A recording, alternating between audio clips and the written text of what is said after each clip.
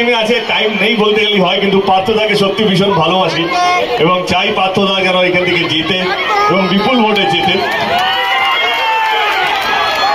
আমার কোথাও যেন মনে হয় কি রাজনীতির মধ্যে ভদ্রলোকের দরকার, খুব অত্যন্ত দরকার, এবং শিক্ষিত লোকের দরকার, মার্জিত লোকের দরকার, যে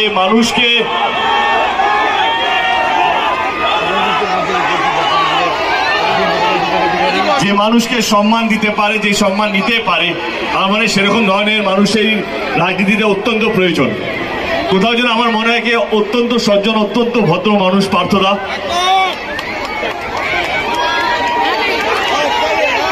যদি আপনাদের মনে হয় আমাদের প্রার্থী আমার খুব কাছের মানুষ, আমার দাদা, আপনাদের হয়ে আগামী দিনে কাজ করবে, তাহলে 20 তারিখে নিজের ভোটটা নিজে দিয়ে 4 নম্বর ইভিএম মেশিনে বাটনটা টিপে আমার দাদাকে বিপুল ভোটে জয়যুক্ত করবেন।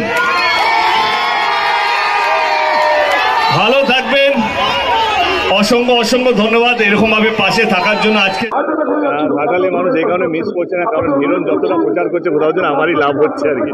এবার দল জিতো এটাও তো চাই না, নিজে জিতলাম বাকি জায়গা হারলাম সেটা জেতা তো কোনো মানে নেই। আমার জন্য যেই দল জিতে তো ওয়াই নট। আমার না দুঃখ হচ্ছে হিরণের জন্য, মানে ও যতই আমাকে আক্রমণ করুক না কেন, আমার সিরিয়াসলি রোলটা পছন্দ না। আমি চাইলে অনেক কিছু বলতে পারি, বাট বলবো না। আমার মনে হয় বুদ্ধিমান ছেলে ও এইটাকে নিজের মতো করে হ্যান্ডেল করে নেবে।